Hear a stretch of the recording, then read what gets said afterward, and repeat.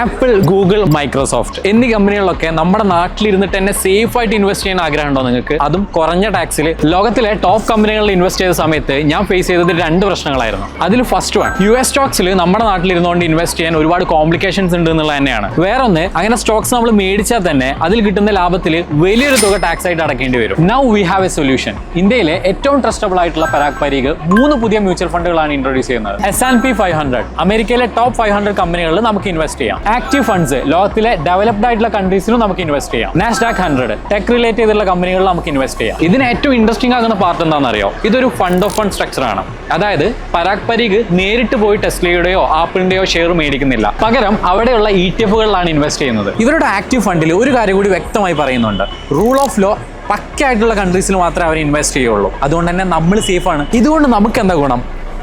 സാധാരണയായി US സ്റ്റോക്സിന്റെ ഡിവിഡൻഡിന് 25% ആണ് tax അടയ്ക്കേണ്ടത്. ഈ വഴി നമുക്ക് അത് 15% കുറയ്ക്കാൻ സാധിക്കും. അതായത് കൂടുതൽ റിട്ടേൺസ് നമ്മുടെ കയ്യിലിരിക്കും. 2026 ജനുവരി മുതലാണ് ഈ ഫണ്ടുകൾ അവൈലബിൾ ആവുമെന്ന് പറഞ്ഞിട്ടുള്ളത്. കൂടുതൽ അപ്ഡേറ്റ്സിന് വേണ്ടി ഈ പേജ് ഒന്ന് ഫോളോ ചെയ്ത് വെച്ചോളൂ.